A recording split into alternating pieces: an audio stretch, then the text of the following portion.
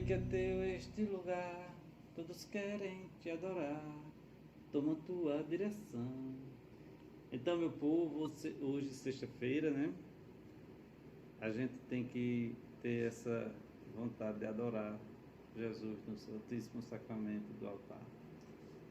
Então, se todos adorar, todos dobrar o joelho, com certeza a gente terá uma resposta favorável e rápida de Jesus. Ele está lá, só esperando a gente se aproximar. Jesus é muito cavalheiro, né? Ele respeita todos nós. Ele não exige, ele não condiciona a nossa liberdade. Jesus não quer escravos, ele quer homens livres para adorá-lo por amor, não por obrigação. Então, nessa sexta-feira, a gente tem que mais uma vez agradecer por essa oportunidade de vivermos com alegria em Jesus. A gente sabe que as nuvens negras podem estar rondando, mas a nossa alegria é plena, porque a gente sabe em quem confiar. Hoje, mais um Evangelho de São João, né? Onde Jesus fala da morte e ressurreição. Proclamação do Evangelho de Jesus Cristo, segundo João. Glória a vós, Senhor. Naquele tempo disse Jesus a seus discípulos: em verdade vos digo, vós chorareis e vos lamentareis, mas o mundo se alegrará. Vós ficarás tristes, mas a vossa tristeza se transformará em alegria. A mulher, quando deve dar à luz, fica angustiada porque chegou a sua hora. Mas, depois que a criança nasce, ela já não se lembra dos sofrimentos, por causa da alegria de um homem ter vindo ao mundo. Também vós agora sentis tristeza, mas eu hei de ver-vos novamente, e o vosso coração se alegrará, e ninguém vos poderá tirar a vossa alegria. Naquele dia não me perguntareis mais nada. Palavra da salvação. Glória a vós, Senhor. Então, meus irmãos, Jesus já está dizendo aqui que está chegando a hora da morte, né? Aquela hora das nuvens negras, o grande espetáculo da tristeza, a morte de Jesus. Mas aqui na frente ele diz o quê? Que com a ressurreição vem a alegria. Então ele cita o exemplo da mãe que está grávida, que passa aqueles perrengues todos na gravidez, aquelas dificuldades todas, e quando a criança nasce é só alegria. Ela já não lembra mais do sofrimento, das pernas inchadas, das noites de insônia, dos incômodos com a barriga grande, né? Ela já não lembra mais, só tem alegria, porque nasceu o filho dela. E Jesus cita esse exemplo para dizer que quando ele ressuscitar, vai ser só alegria. E ele continua dizendo o quê? Que a nossa alegria será plena. Assim como ele alegra os discípulos na ressurreição, alegrou todos nós. Porque ele já não está morto, ele já vive entre nós. Então, é um grande exemplo para nós, para que a gente se alegre também quando a gente voltar daquela morte do pecado. Porque a palavra de Deus diz que o salário do pecado é a morte. O salário do pecado é a morte. E quantas vezes nós vemos nossos irmãos aí morrendo por causa do pecado? Muitos estão andando, estão falando, estão rindo, mas estão mortos. Porque o pecado já o consumiu, ele não tem mais nem força de sair do pecado. Quantas vezes nós também nos encontramos em algumas situações de morte? Mas a gente busca sair, a gente busca ressuscitar para a vida em Cristo. Então, que a gente possa tomar esse evangelho de hoje como exemplo de vida e não de morte. Porque se a gente se deixar levar pelo pecado e pela injustiça, a gente também pode estar falando, rindo, se alimentando, mas já estamos mortos no pecado. E a alegria do cristão é essa. É saber que quando a gente estiver vivo, a gente tem essa oportunidade de sairmos da morte para a vida. Aí muitos colegas meus dizem, mas não é fácil, o mundo que a gente vive hoje não é. E no mundo do tempo de Jesus também não era fácil, não. Hoje a gente tem a liberdade de ir para a nossa igreja e sair na rua, todo mundo vendo. Nos primórdios do cristianismo, na igreja primitiva, as reuniões, as missas eram escondidas, eram por símbolos, marcavam-se as casas com símbolos, com peixe, para dizer que ali tem uma reunião cristã. Né? E muitas vezes, quando eram descobertos, eram mortos, os templos queimados, eram jogados aos leões, eram crucificados. Hoje, a crucificação dos cristãos é de modo diferente.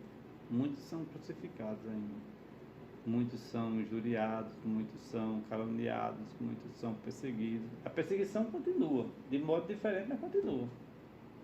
Mas nós temos ainda essa liberdade de frequentar a igreja pacificamente.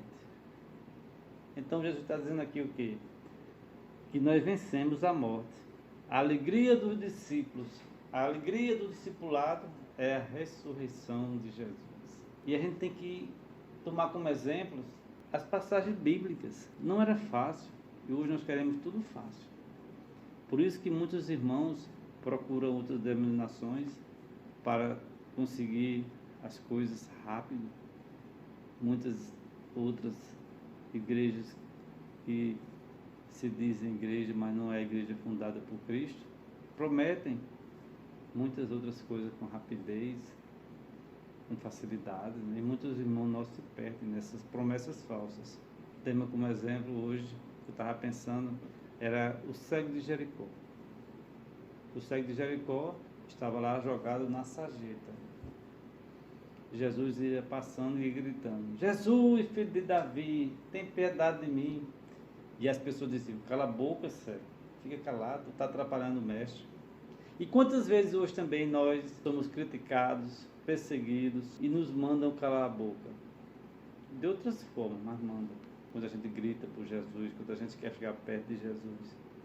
E a grande multidão diz: sai fora, cala a boca, tu está atrapalhando. Mas o cego não desistiu, não. Timeu, filho de Bartimeu, dizia o quê? Gritava mais alto ainda: Jesus, filho de Davi, tem piedade de mim.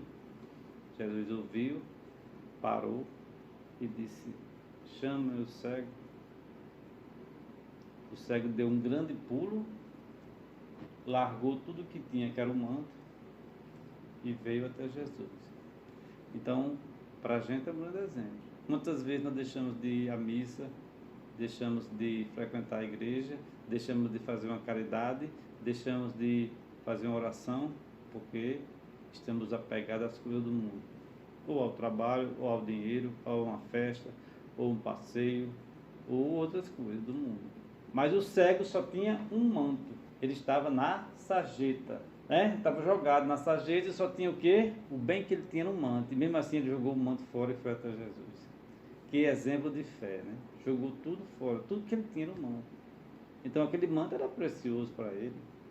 Nós sabemos que no deserto é muito quente durante o dia e muito frio à noite. Precisa-se de um manto. Mas ele foi até Jesus, largou o manto. Jesus perguntou a ele: o que tu queres? Jesus sabia o que ele queria. Mas Jesus quer ouvir de nossa boca: o que é que tu queres? Porque Jesus dá essa liberdade, o livre-arbítrio ao homem. E o cego disse: eu quero ver. E Jesus disse: vá, a tua fé te curou. E de aí em diante, como está lá no Evangelho de Marcos, o cego seguiu Jesus por todos os lugares. Ele não abandonou. Ele não só se aproveitou do milagre de Jesus, ele depois começou a ver, ele seguiu Jesus. Então, Jesus é isso aqui, ressurreição. A vida daquele cego nasceu de novo. Ele estava na morte da escuridão. Como foi a escuridão naquela morte de Jesus? Naquele dia da morte de Jesus foi a escuridão. E esse cego vivia na escuridão, porque ele não via nada. Jesus ressuscitou a vida dele, começou a ver de novo. E quantas vezes nós estamos vendo tudo e estamos cegos? Nós não estamos vendo o principal. Essa é a cegueira que nos preocupa. A gente está numa escuridão com os olhos bem abertos. Precisamos também pedir a Jesus que nos cure dessa escuridão e começar a segui-lo por todos os caminhos. Jesus ressuscita e é o quê? Decepção para os inimigos. Quando Jesus cita aqui que a mulher se alegrou que o filho nasceu, quando Jesus também ressuscita, os inimigos ficam revoltados. E quantas vezes nossos irmãos estão na morte e ressuscitam e voltam para a vida? E quantas pessoas acham ruim? Quantas pessoas se incomodam quando as pessoas mudam para o bem, para melhor? Agora virou besta, agora só vive na igreja, agora quer dar uma de santinho. A gente escuta muito isso, né? Mas Jesus diz: vocês serão perseguidos. Por causa de mim serão caluniados. Por causa de mim vocês serão mortos. E como no Evangelho ele fala, alguns vão até matar vocês, porque diz que é para agradar a Deus. A gente vê isso quase todos os dias, né? Então, meus irmãos e minhas irmãs, que nessa sexta-feira a gente possa refletir sobre a morte, sobre a escuridão. Não sobre a morte que vai acontecer com todos nós, mas com a morte que nós estamos aqui ainda, mortos para algumas coisas. Estamos mortos porque ainda não estamos no pecado. E hoje, qual é a sua frase que você vai deixar aí nos comentários? O que é que lhe tocou? O que é que você gostaria de escrever lá? Compartilhe esse vídeo com seus amigos, com sua família. Dê um like, nos ajude a melhorar, a crescer. Mande sua opinião, se for possível, se você quiser. A gente precisa disso. A gente precisa de pessoas que possam nos ajudar compartilhando o vídeo. Que você possa ter uma sexta-feira, um final de semana abençoado, com muita paz, com muita saúde. E a gente se encontra amanhã, se assim o Criador nos permitir. Amém?